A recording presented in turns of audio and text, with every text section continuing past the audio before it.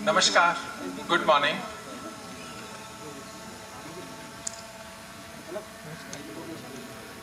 आदरणीय Balram Pani ji, dean of colleges, professor Shri Prakash, director south campus, professor Payal Mago, director campus of open learning, doctor Vikas Gupta, registrar, professor Rajni Abbi, professor Pankaj Arora, professor Niranjan,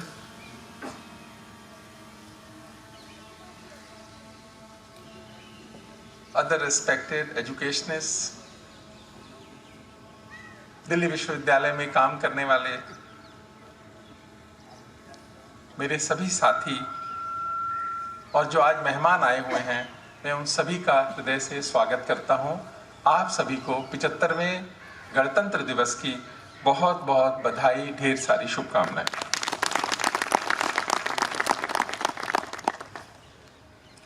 आज का दिन बहुत सारे लोगों को याद करने का दिन है। आज का दिन उन लोगों को याद करने का दिन है जिन्होंने भारत को स्वतंत्र कराने में अपनी भूमिका निभाई।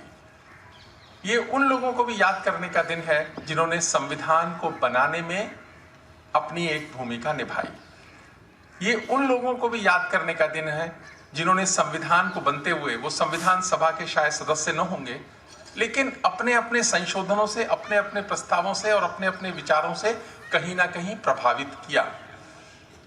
और ये उन लोगों को भी याद करने का दिन है जिन्होंने आज, जब संविधान भारत का 75वें वर्ष में प्रवेश कर रहा है, अपनी अपनी तरह से भारत को मजबूत करने में योगदान दिया।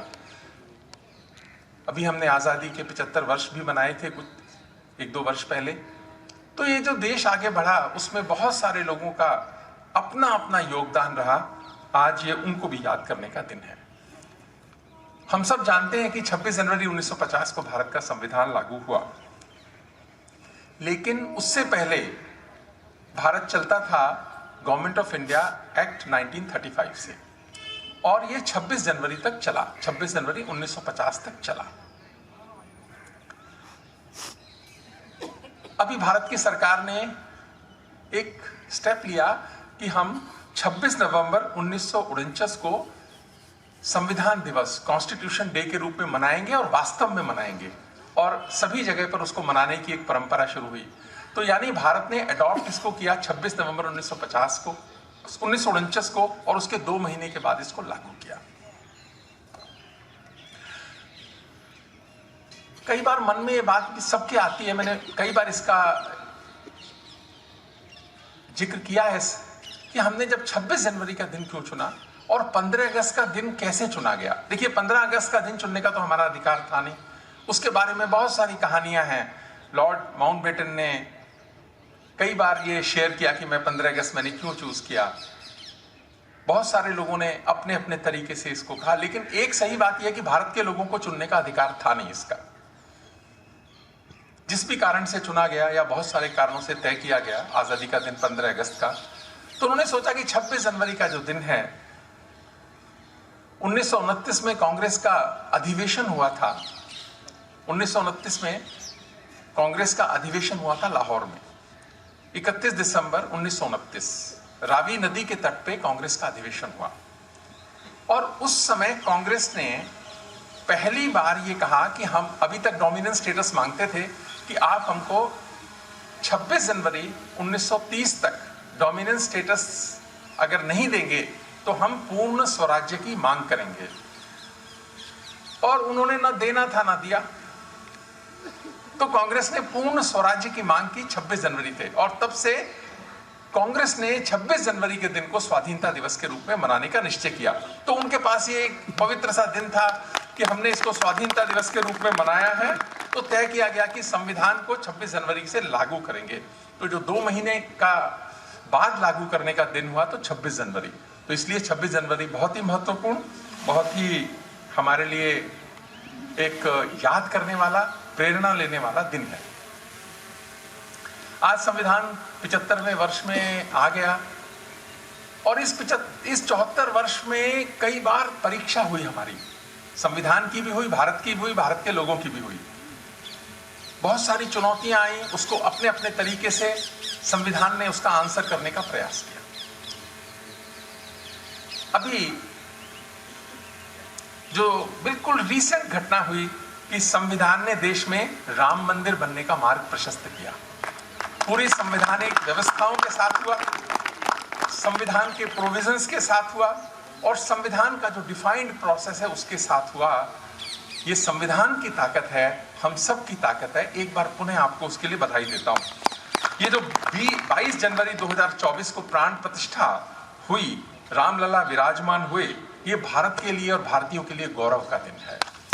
आप सभी को बधाई। 565 वर्ष का इंतजार पूरा हुआ, हमारी आंखों के सामने एक सपना पूरा हुआ और जो संकल्प भारत ने लिए रखा था वो भी 22 को पूरा हुआ। तो 22 जनवरी 2024 भारत के इतिहास में एक मील का पत्थर साबित होगा। हम सब उसके साक्षी बने, हम वो भाग्यवान पीढ़ी हैं, इसके लिए भी मैं आपको बधाई देता हूं। आप में से बहुत सारे लोग लॉ के हैं, बहुत सारे लोगों ने संविधान देखा भी होगा। उसमें एक पार्ट 3 है, पार्ट 3 है फंडामेंटल राइट्स। और जो ओरिजिनल कॉन्स्टिट्यूशन है उसके पार्ट 3 फंडामेंटल राइट्स जब शुरू करते हैं तो उसमें उन्होंने भगवान राम, सीता और लक्ष्मण के चित्र बनाए हुए हैं। और पार्ट 3 जब राइट्स की बात करते हैं तो इसका मतलब जब वो बना रहे थे कहीं भगवान राम को उन्होंने आदर्श माना होगा, लिखने वालों ने उसको आदर्श माना होगा कि हम राइट्स दे रहे हैं लेकिन राइट्स में एक मर्यादा जुड़ी हुई है और राम तो मर्यादा के प्रतीक हैं। उससे इंस्पिरेशन लेकर जब ये बना होगा तो कितना उसका प्रभाव रहा होगा बनाने वालों के ऊपर भी कि भगवान राम, सीता और लक्ष्मण को उन्होंने वहां पर रखा। वो मानते थे, जानते थे कि राम तो भारत की आत्मा है, राम भारत की पहचान है, भारत के प्राण हैं, ऐसा संविधान बनाने वालों ने भी माना। अन्यथा उन चित्रों की आवश्यकता नहीं थी। उससे उन्होंने कोई मैसेजिंग देने की कोशिश करी और वो जो मैसेजिंग थी वो भी 22 जनवरी को सार्थक सिद्ध हुई कि संवैधानिक व्यवस्थाओं के तहत हमने भगवान राम की प्राण प्रतिष्ठा करी अयोध्या के अंदर। दूसरी एक और जो पिछले 2-3 वर्षों में एक शब्द चला है, सही भी है कि India is the mother of democracy, और उस पर अब बहुत सारी पुस्तकें भी आ रही हैं, कुछ आ भी गई हैं, और उसमें भारत की जो प्राचीन सारी परंपराएं थी डेमोक्रेसी की, उसके बारे में बात की गई है। ग्राम सभा की बात, ग्राम समितियों की बात, पाणिनि, मेगास्थनीज और कौटिल्य ने बहुत बार रेफर किया कि भारत में गणराज्य थे। बहुत सारी चीजें जानकारी में, बहुत सारी चीजें जानकारी में नहीं भी हैं, लेकिन ग्राम व्यवस्था, समिति, सभा ऐसा थी। तो जो आज जो प्रेजेंट फॉर्म ऑफ डेमोक्रेसी है वैसा न भी रहा हो, उस समय जो भी फॉर्म ऑफ डेमोक्रेसी था, आधा अधूरा, पूरा, अच्छा बुरा जैसा था, हमने प्रैक्टिस पहले बहुत किया। 1000 वर्ष से पहले के कालखंड की बात करता हूं, थोड़ा थोड़ा बाद में भी रहा, क्योंकि ब्रिटिश राज्य भी और जो भी गुलामी का टाइम था, पूरा भारत कभी उनके अधीन नहीं था। ऐसा कभी नहीं हुआ कि पूरा भारत अधीन रहा हो। तो इसलिए जब भारत में ये मॉडर्न डेमोक्रेसी एस्टैब्लिशमेंट करने की बात आई तो कोई किसी को खास परेशानी नहीं हुई, क्योंकि भारत के लोगों के मन में, एक्शंस में डेमोक्रेटिक वैल्यूज और सिस्टम के प्रति श्रद्धा का पहले से भाव था। इस कारण से हमने एक अच्छा लोकतंत्र स्थापित किया। कई देशों ने स्थापित किया, चला नहीं पाए। किसी का 5 साल चला, किसी का 20 साल चला, किसी का 30 साल चला, किसी को 3-4 बार कॉन्स्टिट्यूशन ही लिखना पड़ गया। पर हमारे यहाँ इसकी कोई आवश्यकता नहीं पड़ी, क्योंकि भारत के मन में, भारत की आत्मा के अंदर डेमोक्रेटिक वैल्यू है और हमने सबसे बड़ा, सबसे प्रभावशाली लोकतंत्र का आदर्श विश्व के सामने रखा। ये ताकत है भारत की। और भारत में सत्ता के ट्रांसफर के लिए कभी संघर्ष नहीं हुआ। तो एक आदर्श डेमोक्रेसी जो है वो भारत ने विश्व को दी, प्रैक्टिस करी और इतनी बड़े साइज की डेमोक्रेसी हो पाई। इसके लिए भी आपको बहुत बहुत आभार, आपको बधाई। और ये जो भारत है ना, यहाँ के लोगों में संविधान के प्रति श्रद्धा का भाव है, अपनेपन का भाव है, अपनेपन का भाव है, श्रद्धा का भाव है, सम्मान का भाव है। इसी कारण से जब कोई चीज तय हो जाती है तो सब मान लेते हैं उसको। इस तरह की ट्रेनिंग कितने देशों में, कितने लोगों के पास है? तो जब जो लोग बात करते हैं कि भारत में डेमोक्रेसी कमजोर है, उनको सोचना चाहिए ये कमजोर नहीं है, बहुत बड़ी है, बहुत प्राचीन है, भारत की जड़ों में है, भारत के लोगों में है, भारत के मनों में है। इसी कारण से हम विश्व में लोकतांत्रिक व्यवस्था डेमोक्रेसी के नए नए स्टैंडर्ड्स देते जा रहे हैं, और ये सब संविधान के फ्रेमवर्क में है, इसलिए उनको बनाने वालों को बहुत बहुत आभार। सरदार वल्लभ भाई पटेल ने जब भारत स्वाधीन हुआ ना, उसके 1 साल के बाद एक ऑल इंडिया रेडियो में अपने एक स्पीच दी थी सरदार वल्लभ भाई पटेल ने। उन्होंने कहा था कि भारत के स्वतंत्रता का 1 साल बीता है, ये हमारे सामने अनेक चुनौतियां थीं। एक पेचीदा मामला देसी रियासतों का था कि जब ब्रिटेन ने अपना यहाँ से जाना तय किया और इन देसी रियासतों को स्वतंत्र कर गए, तो बहुत बड़ा चैलेंज था हम सबके सामने कि इनको भारत में जोड़ना। तो मैं राजाओं का बहुत आभार व्यक्त करता हूं कि उन्होंने देश प्रेम को राष्ट्र को एक करने के लिए अपना सब कुछ त्याग दिया। ऐसा उदाहरण विश्व में कहीं मिलता नहीं है। और ये देश सैकड़ों साल से ऐसा कभी नहीं हुआ था कि इतना एकीकरण इस देश के अंदर हुआ। और हमने एक नए भारत का जो सपना देखा था, एक समृद्ध भारत का जो सपना देखा है, वो धीरे धीरे साकार होने लगा है। इसके लिए जो भारतीयों ने संघर्ष किया, उसको हम थोड़ा थोड़ा जमीन पर उतार कर ला रहे हैं, ऐसा सरदार वल्लभ भाई पटेल ने कहा। 1900 ये बात 48 में उन्होंने कही थी। 50 में संविधान भी लागू हुआ, और उस समय रामधारी सिंह दिनकर बहुत बड़े कवि थे। उन्होंने एक कविता लिखी जिसको अलग अलग तरीके से बहुत सारे राजनीतिक दल भी इस्तेमाल करते हैं। उन्होंने क्या कहा कि सदियों की ठंडी बुझी राख सुगबुगा उठी, मिट्टी सोने का ताज पहन इठलाती है, दो राह समय के रथ का घर घर नाद सुनो, सिंहासन खाली करो कि जनता आती है, सिंहासन खाली करो कि जनता आती है, सबसे विराट जनतंत्र जगत का आ पहुंचा, सबसे विराट जनतंत्र जगत का आ पहुंचा, 33 कोटि हित सिंहासन तय करो, अभिषेक आज राजा का नहीं प्रजा का है, अभिषेक आज राजा का नहीं प्रजा का है, 33 कोटि जनता के सिर पर मुकुट धरो। तो 1950 में संविधान आया, कवियों ने लिखना शुरू किया, और ये रामधारी सिंह दिनकर की जो पंक्तियां हैं, ये वास्तव में राजतंत्र से लोकतंत्र, राज सत्ता से लोक सत्ता की तरफ जब भारत शिफ्ट हुआ, संविधान के अनुसार हुआ, तो कितना अच्छा विराट रूप भारत का बना है। तो एक प्रश्न उठता है कि क्या संविधान अपनी अपेक्षाओं पे खरा उतरा है? क्या संविधान से जो लोगों ने अपेक्षा की थी, we the people of India, क्या खरा उतरा है? तो मैं समझता हूं यहाँ जितने लोग भी बैठे हैं वो इस बात पे सहमत होंगे कि इसका आंसर केवल हाँ है, कि संविधान उतरा है, अपेक्षाओं पे खरा उतरा है। अगर कोई कमी रहती है, किसी कारण से कहीं होती है, तो उसको इंप्लीमेंट करने वाले लोगों की समझ हो सकती है कि ठीक से समझा नहीं होगा, लेकिन संविधान ने अपने दायरे में सही काम करने का प्रयास किया। तो जब आज 75वें वर्ष में प्रवेश कर रहे हैं, तो उसको दोबारा से सबको पढ़ना भी चाहिए, उससे इंस्पिरेशन मिलती है, समझ मिलती है। लेकिन जब आप पढ़ें ना उसको, तो उस समय की परिस्थितियों को ध्यान में रखकर पढ़ो, ये बहुत आवश्यक है। आप 2024 में 2024 की परिस्थितियों में, 2024 के प्रिविलेजेस में, 2024 में जो हमारे पास है, उससे पढ़ोगे ना, तो आप उसकी भावना को नहीं पढ़ पाओगे, शब्द ही पढ़ोगे उसके। वो जो उस समय की परिस्थितियों में लोगों ने लिखा, उसको ध्यान में रखकर हम सबको, भारत के लोगों को पढ़ना चाहिए। तब आपको लगेगा कि ये तो आसान नहीं था। आज तो कह सकते हो क्या है उसमें, पर ये आसान नहीं था। मैं आपको एक परिस्थिति के बारे में बताता हूं कि देखिए, इसीलिए परिस्थिति इंपॉर्टेंट होती है क्योंकि बहुत सारे निर्णय परिस्थिति सापेक्ष भी होते हैं। जुलाई 1945 में लेबर पार्टी की सरकार बनी ब्रिटेन में।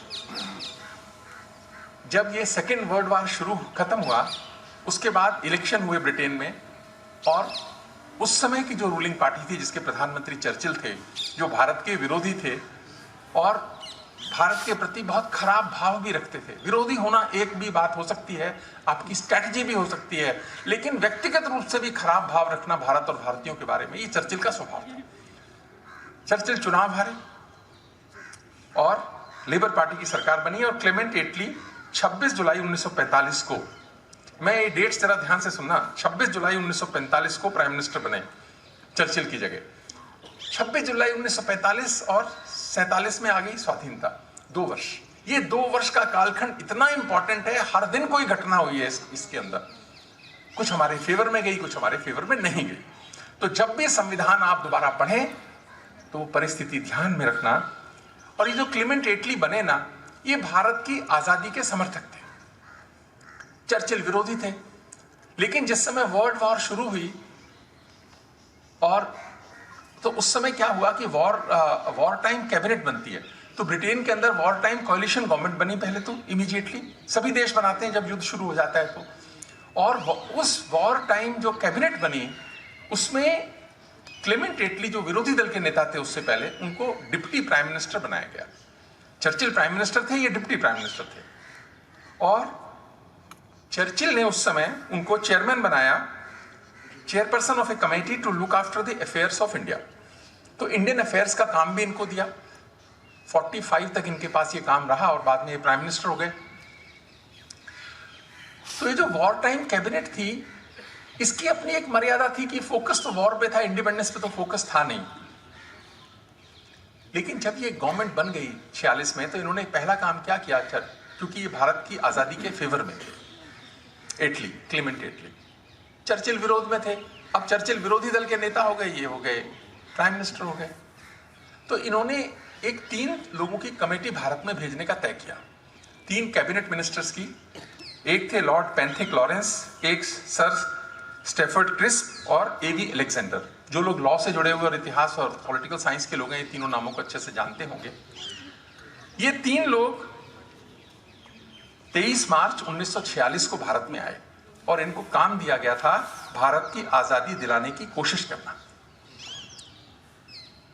मार्च में आए, मार्च में दिल्ली में बहुत गर्मी थी, 2 की एज भी बहुत ज्यादा थी, तो वो तो एयर कंडीशन कमरों से बाहर निकले ही नहीं।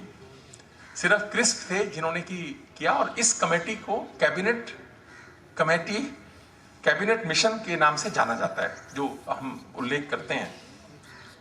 तो इस कमेटी का काम था कि भारत की आजादी की कोशिश करना। कांग्रेस ने 3 डिमांड रखी इनके सामने। पहली कि एक कॉन्स्टिट्यूएंट असेंबली बनाई जाए, दूसरी भारत को आजादी दी जाए, और तीसरी इंटरिम गवर्नमेंट बनाई जाए। और 2 महीने के अंदर इन्होंने अपनी रिपोर्ट भी दे दी। हमारी यूनिवर्सिटी में भी बहुत सारी कमेटी बनती हैं, 1 महीने 2 महीने में रिपोर्ट देती हैं। कोई कमेटी अच्छा काम करती है तो थोड़ा अच्छा हो जाता है, कोई कैजुअल काम करती है तो कैजुअल हो जाता है। इस कमेटी ने अपनी रिपोर्ट दी 2 महीने के अंदर, 16 मई को रिपोर्ट आ गई। और उस रिपोर्ट में कहा कि भारत में एक संविधान सभा होनी चाहिए। कांग्रेस की तो 3 ही डिमांड थी, संविधान सभा बना दो, आजादी दे दो और इंटरिम गवर्नमेंट बना दो। मुस्लिम लीग की डिमांड क्या थी? मुस्लिम लीग ने डिमांड अपनी रखी कि भारत को पार्टीशन करो और हमारे को अलग एक देश बनाकर दो। इटली गवर्नमेंट का जो ऑफिशियल स्टैंड था वो ये कहते थे हम विभाजन नहीं चाहते देश का, ये उनका ऑफिशियल स्टैंड था। लेकिन उनके एक्शंस इसको सपोर्ट नहीं करते थे। ऑफिशियल स्टैंड रखना एक बात है, उसके एक्शंस आपके भाव को, भावना को भी बताते हैं, तो वो एक थोड़ा ना कमी सी लगती थी कि उसको सपोर्ट करते नहीं थे। तो उन्होंने उस समय जो वॉइस रहे थे लॉर्ड वेवल के बाद माउंटबेटन आए, तो लॉर्ड वेवल उस समय वॉइस रहे थे 46 में। उनको इटली ने वापस बुला लिया। क्यों बुलाया? उन्होंने पता क्या कहा? उन्होंने कहा कि ये भारत की एकता को ब्रिटिश हितों से ज्यादा महत्व देते हैं। यानी लॉर्ड वेवल जिस तरह से काम कर रहे थे कैबिनेट मिशन के प्रोविजंस पे, उसमें वो कोशिश कर रहे थे कि अनडिवाइडेड भारत रहे। लॉर्ड वेवल को वापस बुला लिया गया और लॉर्ड वेवल की जगह आए लॉर्ड माउंटबेटन। लेकिन लॉर्ड वेवल ने, क्योंकि दूसरी डिमांड क्या थी, इंटरिम गवर्नमेंट बने, तो लॉर्ड वेवल ने इंटरिम गवर्नमेंट 2 सितंबर 1946 को बना दी। देखो 26 मई को कैबिनेट मिशन की रिपोर्ट आई, कॉन्स्टिट्यूएंट असेंबली बनाने के लिए इलेक्शन भी कराए गए 2 महीने के अंदर, और सितंबर 2 को 1946 को गवर्नमेंट बनी और जवाहरलाल नेहरू जी को भारत के प्रधानमंत्री की शपथ दिला दी गई सितंबर 2, 1946 को। नेचुरल है, नेहरू जी की इच्छा थी कि मुस्लिम लीग उसमें शामिल हो जाए। मुस्लिम लीग शामिल उसमें नहीं हुई। बहुत कोशिश उन्होंने शुरू में करी, जब नहीं हुई तो उन्होंने कहा ठीक है हम अपना काम शुरू करते हैं। उन्होंने काम भी शुरू किया। यहां देखो लॉर्ड वेवल का रोल शुरू होता है। उन्होंने नेहरू पे दबाव डालना शुरू किया कि नहीं नहीं मुस्लिम लीग को अपनी कैबिनेट में लेके आओ, अदरवाइज फिर गड़बड़ हो जाएगी, इनको लाना चाहिए। वो कह रहे थे हमने तो पहले भी कहा था ये आ जाए, पर ये नहीं आते हैं। लॉर्ड वेवल ने कहा मैं मना लेता हूं, और उन्होंने उसको मनाया और मुस्लिम लीग आ गई। अब आप ये देखो इससे देश को कितना नुकसान हो गया। कांग्रेस की तो ये डिफीट ही हो गई कि वो आ गए, उनके कहने से तो आए नहीं, लॉर्ड वेवल के कहने से आ गए। पर इसके पीछे की जो राजनीति है वो संदर्भ जरूर समझ के ही कॉन्स्टिट्यूशन को पढ़ना कि चर्चिल और जिना दोनों आपस में कहीं ना कहीं मिले हुए थे। चर्चिल और वेवल, क्योंकि वेवल चर्चिल लाइक के आए थे, वो भी आपस में मिले हुए थे और दोनों की सहानुभूति जिना के साथ थी। यानी जिना को बड़ा बनाने में इन दोनों व्यक्तियों ने जितना योगदान दिया, एटली ने भी दिया वैसे, पर उनका कम होगा, चर्चिल और वेवल का एक बड़ा योगदान इसमें रहा, क्योंकि सहानुभूति थी। तो इतनी सारी चुनौतियों के बीच कॉन्स्टिट्यूशन बनाना क्या आसान काम था क्या? जहां रोज का संघर्ष था, तो कैबिनेट मिशन में एक और सबसे जो बड़ी बात है जो हमारे भारत के बच्चों को समझनी चाहिए, कैबिनेट मिशन में एक और नुकसान किया। उन्होंने जो रिकमेंडेशन दी उसमें कहा कि भारत में ना एक सेंटर जो है ना, सेंटर वो एक ढीला ढाला सा सेंटर होना चाहिए। मिनिमम उसके पास पावर होनी चाहिए, ज्यादा से ज्यादा इंटरनेशनल अफेयर्स, नेशनल सिक्योरिटी, और एक आध कोई और दे सकते हो, बस सब राज्यों के पास होगा, एक ढीला ढाला सा सेंटर होगा। नेहरू, पटेल, राजेंद्र प्रसाद, ये तीन वो व्यक्ति हैं जो उस समय अलग अलग पदों पर थे, अपने अपने दायित्व थे। ये तीनों चाहते थे कि एक मजबूत केंद्र बने। अभी मैं अंबेडकर जी का उल्लेख थोड़ा बाद में करूंगा।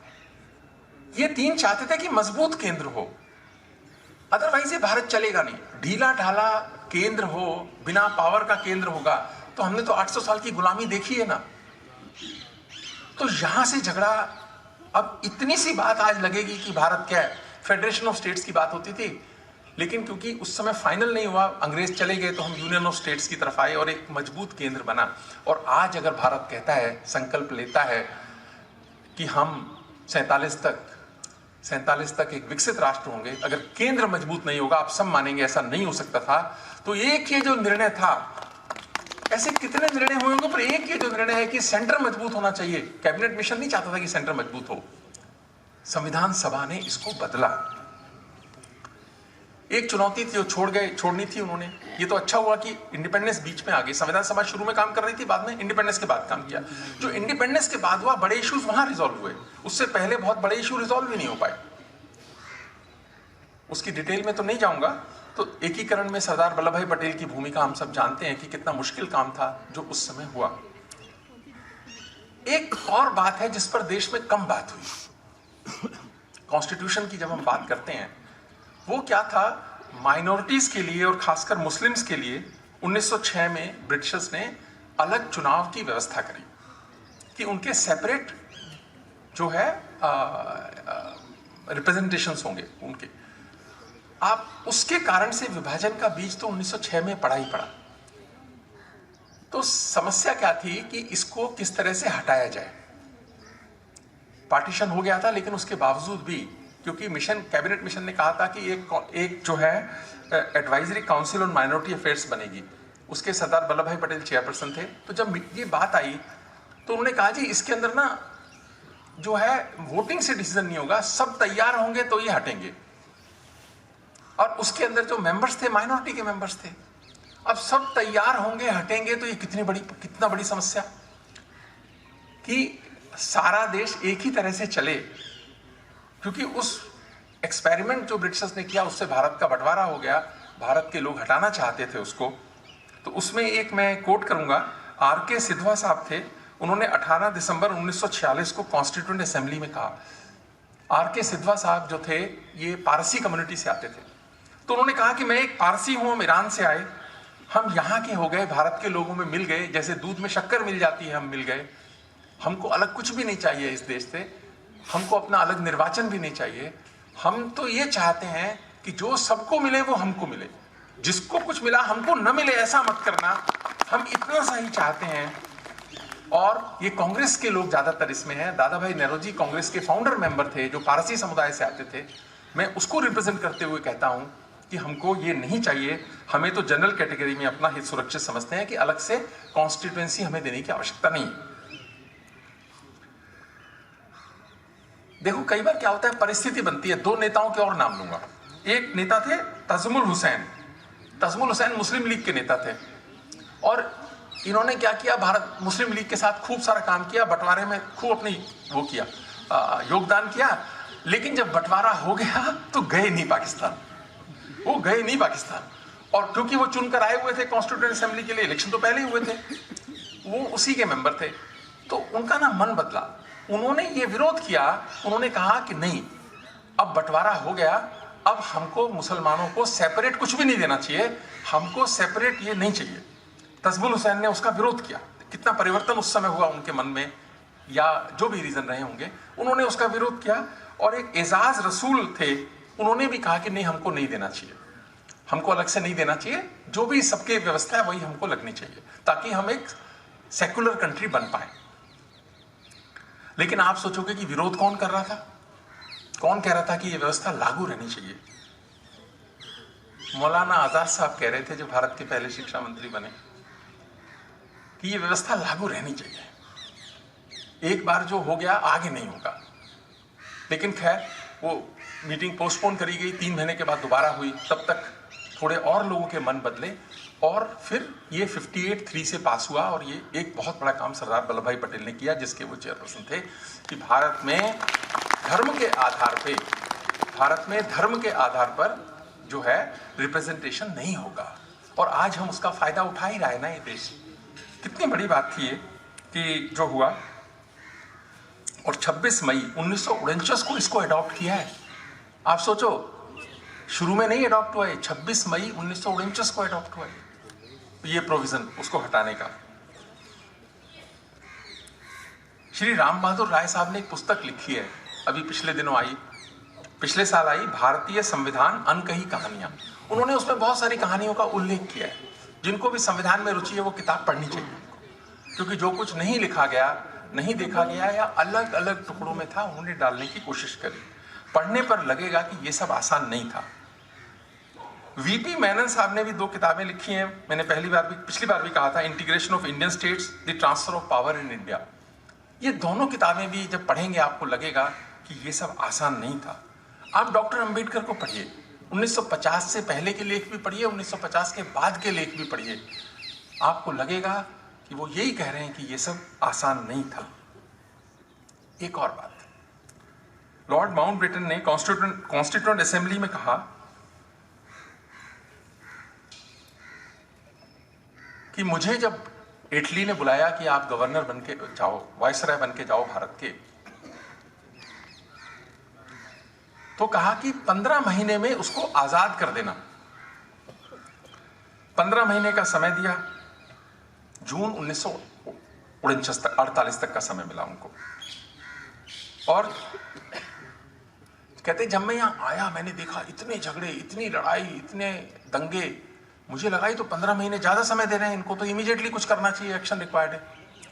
जो विवल नहीं कर पा रहे थे, लॉर्ड माउंटबेटन ने कर दिया, क्योंकि लॉर्ड माउंटबेटन बहुत एक्सपर्ट थे लोगों से बातचीत करके उनको मनाने में। उन्होंने नेहरू को मनाया, उन्होंने पटेल को मनाया, उन्होंने बाकी लोगों को मनाया कि इसको जल्दी करके खत्म करेंगे और पार्टीशन कर देंगे। और कांग्रेस की कार्य समिति में जब ये प्रस्ताव आया पार्टीशन को मानने का, 14 जून 1947 को कांग्रेस ने इसको माना, पार्टीशन को। कांग्रेस को मनाने का काम भी माउंटबेटन ने किया, वरना कांग्रेस आसानी से मानने वाली थी नहीं इसको। और देखिए, कांग्रेस मान गई तो गांधी मानने वाले नहीं थे। कार्य समिति के बाद में महासमिति की मीटिंग में गांधी को कहा गया कि आप आकर कांग्रेस को बोलो, नहीं तो ये नहीं मानेंगे लोग। गांधी ने भी कहा और उसको माना। तो माउंटबेटन जिस काम को लाए थे, उन्होंने बड़े अच्छे से वो काम कर दिया। जो वेवल नहीं कर पा रहे थे, वो माउंटबेटन ने किया। एक और बात, बहुत लोगों ने अपने अपने तरीके से इसमें कंट्रीब्यूशन किया। अब मैं डॉक्टर अंबेडकर का उल्लेख करना चाहूंगा। कांग्रेस का अपना एक स्वभाव था, आप सब जानते हैं। आजादी में आंदोलन में उस समय की देश प्रेम की पार्टी थी और हर कांग्रेस ने कहा, उस समय कहा कि ग्राम आधारित व्यवस्था होनी चाहिए। ग्राम आधारित व्यवस्था होनी चाहिए। तो जो बहुत सारे कांग्रेस के लोग उस समय मानते थे कि ग्राम आधारित व्यवस्था मतलब पहले गांव का चुनाव हो, गांव पंचायत का चुनाव हो, वो जो लोग चुनकर आए वो जिला पंचायत को चुने, वो जो जिला पंचायत के लोग चुनकर आए जिला पंचायत बने और वो फिर सेंट्रल असेंबली को चुने। ऐसा एक मॉडल, गवर्नेंस का मॉडल जो पहले कभी प्राचीन भारत में रहा होगा, उसके पैरोकार बहुत थे।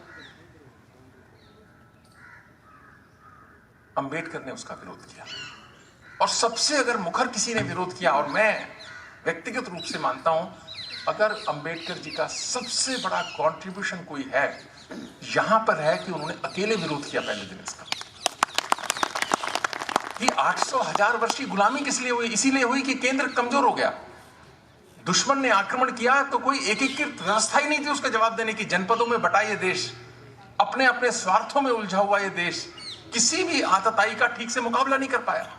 और आप कहते हो कि वही व्यवस्था हम दोबारा लेकर आ जाएं।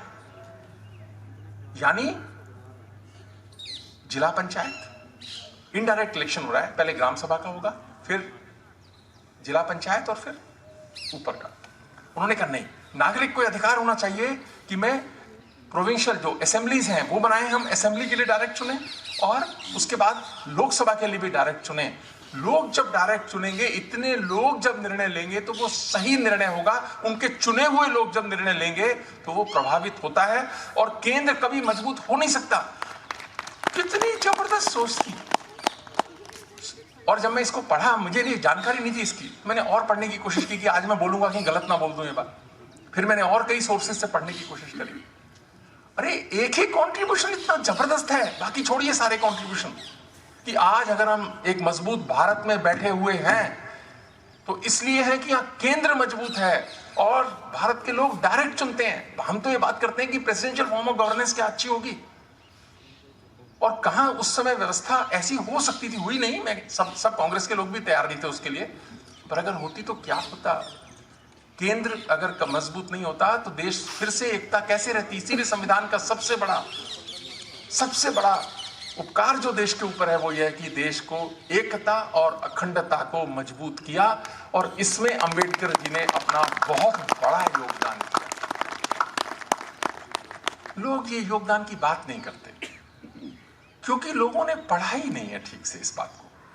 ऐसे न जाने कितने होंगे। जब आप, अब 75वां वर्ष है, हम बहुत सारे कार्यक्रम करेंगे। मेरी इच्छा है कि आप सबसे कि आप जब पढ़ें तो संदर्भों के साथ पढ़ें इसको, और तब सोचें कि एक जो पंक्ति लिखी हुई है, कितनी मेहनत, कितनी समझ, कितने झगड़े, कितनी विचार, कितने डेलिब्रेशन और डिस्कशंस के बाद इसमें आई है वो। इसी कारण से, और दूसरी बात है, इतना सब हुआ और हम लोग वोट देने नहीं जाते। वोट देने का अधिकार हमारा संवैधानिक अधिकार है, और हम भारत में 40% वोटिंग, 50% वोटिंग, 60% वोटिंग। अगर आप इस देश से सब कुछ चाहते हैं तो इसकी व्यवस्थाओं में पार्टिसिपेट तो करो। आप लोग आज शपथ लो कि हम अपना वोट जरूर डालेंगे। जो लोग इसके लिए तैयार हैं हाथ खड़े करो। हाँ, और अपने परिवार के हर लोग को भी डलवाएंगे, दोस्तों को भी डलवाएंगे। देखो 90% हमारी वोटिंग होनी चाहिए। 90 नहीं होती है तो 85% होनी चाहिए। 80% से कम तो वोटिंग देश में होनी नहीं चाहिए, क्योंकि लोकतंत्र कमजोर होता है उससे। अगर अंबेडकर जी ने कहा था अदरवाइज तो इनडायरेक्ट व्यवस्था लागू हो जाती, ठीक था। डायरेक्ट जब व्यवस्था है कि हम डायरेक्ट लोकसभा के लोगों को चुनते हैं और एक केंद्र की सरकार बनती है, तो हमको अपने कर्तव्य की तरफ भी सोचना चाहिए। क्योंकि पार्ट 3 में भगवान राम भी वहां बैठे हैं। खाली प्राण प्रतिष्ठा इसलिए नहीं हुई है, वो राइट्स में जब बात हुई है, प्राण प्रतिष्ठा हुई है, वो इसलिए सिर्फ थोड़ी हुई है, वोट देने के लिए भी हुई है कि आप लोग वोट दें। ये हमारा राष्ट्रीय कर्तव्य है, हमारा दायित्व है ये, और इससे जरूरी कोई काम हो भी नहीं सकता है। इसी से तो हमारे लोकतंत्र की पुनर्स्थापना हुई है। बस अंतिम बात, भारत के प्रधानमंत्री ने संकल्प लिया कि भारत को विकसित राष्ट्र बनाना है, और वो किसके भरोसे संकल्प लिया है उन्होंने? आप सबके भरोसे संकल्प लिया है, हम सबके भरोसे संकल्प लिया है। और भारत की सरकार का भी वो संकल्प है, भारत के लोगों का भी संकल्प है, और इसको बनाने का सबसे प्रभावी इंस्ट्रूमेंट है शिक्षा। और शिक्षा को सबसे ज्यादा प्रभावी बनकर चलाने वाले लोग हैं शिक्षक। ठीक बात है ना? तो अपनी चिंता करने वाले देश में बढ़ गए, देश की चिंता करने वाले कम हो गए। संविधान में इसने व्यवस्था नहीं है, क्योंकि वो देश प्रेम से भरे लोग थे, उन्होंने इसको आवश्यक नहीं समझा कि ऐसा भी कोई प्रोविजन डाल जाए। लेकिन हमको, अगर देश की चिंता करने वाले कम हो गए तो देश फिर खतरे में ना पड़ जाए, और जब ये विकसित राष्ट्र होगा तो ये खतरे में पड़ने की संभावना भी ज्यादा होगी। इसी कारण से देश की चिंता करने वाले कैसे बने, देश हमारे विश्वविद्यालयों में आए, हमारी बातों में आए, विचार में आए, क्लास में आए, बच्चों में आए। और जब हम कहते हैं अच्छे इंसान बनाना हमारा काम है, देखिए अच्छे इंसान कैसे बना नहीं सकते आपको उसका उदाहरण बनना पड़ेगा, खुद अच्छा बनना पड़ेगा पहले। जब आप कुछ अच्छे होंगे तो आपकी बात का प्रभाव पड़ेगा। इसीलिए जब हम क्वालिटी ऑफ एजुकेशन की बात करते हैं, ओरिजिनलिटी की, इनोवेशन की, रिसर्च की बात करते हैं, तो आप अच्छी रिसर्च करें, अच्छी रिसर्च करें। आवश्यक है, 75 वर्षों में हुई भी है, लेकिन अब क्वांटम जंप की जरूरत है कि हमको पब्लिकेशन टू प्रोडक्ट्स की तरफ जाना चाहिए। देश ऐसी अपेक्षा रखता है, क्योंकि हमारी साइज ऑफ इकोनॉमी 4 ट्रिलियन की है, हमको 30 ट्रिलियन तक जाना है उसको लेके। तो इस कारण से रिसर्च भी चाहिए, इनोवेशन चाहिए। और मेरे जो टीचर साथी बैठे हैं कि आपको पढ़ना चाहिए, पढ़ाना चाहिए अच्छे से, क्वालिटी रिसर्च करनी चाहिए, रिस्पॉन्सिबल बने, सेंसिटिव बने और नए आइडियाज पे काम करें। अभी प्रधानमंत्री जी ने एक पोर्टल आइडियाज के लिए रखा है, मेरी रिक्वेस्ट है आप सब भी रजिस्टर करें। प्रिंसिपल्स बैठे हैं बहुत सारे, मैं उस समय उल्लेख करना रह गया मेरे से। आप सब अपने जितने स्टूडेंट्स आपके पास हैं उनको उस पोर्टल पे रजिस्टर कराइए, और उनके पास जो आइडियाज़ हैं उसको शेयर कीजिए। न जाने कौन सा आइडिया कुछ अच्छा बने तो आप उदाहरण बने ताकि लोग आपको फॉलो करें, ये बहुत आवश्यक है। और हमको कुछ सनराइजिंग सेक्टर्स आइडेंटिफाई करने चाहिए। एक तो टेक्नोलॉजी है ही, जिसमें हमने वर्ल्ड में यूपीआई बनाया जो वर्ल्ड में नंबर 1, हमने सॉफ्टवेयर सर्विसेज में हम वर्ल्ड में नंबर 1 बने। नए 2-4 सेक्टर्स और आइडेंटिफाई करने चाहिए जो देश में वेल्थ क्रिएट करेंगे देश के लिए। एनर्जी है, एग्रीकल्चर है, एजुकेशन है, हेल्थ है। हम सबकी भूमिका एजुकेशन में होनी चाहिए, और ऐसे माइंडसेट करें जो दूसरे सेक्टर्स को मदद करें। इसी कारण से किसी की पंक्तियां हैं, मैं उससे कोट करता हूं कि जब एड़ी चोटी का प्रयास होता है तब सपने सच होते हैं। जब एड़ी चोटी का प्रयास होता है तो सपने सच होते हैं। जब इरादे अटल होते हैं, हौसले प्रबल होते हैं, तब सपने सच होते हैं। ये सपने सच करने का वक्त है। हमको अपनी अपनी भागीदारी सुनिश्चित करनी है, यही संविधान अपेक्षा करता है। और आप सबको आज के गणतंत्र दिवस की बहुत बहुत बधाई।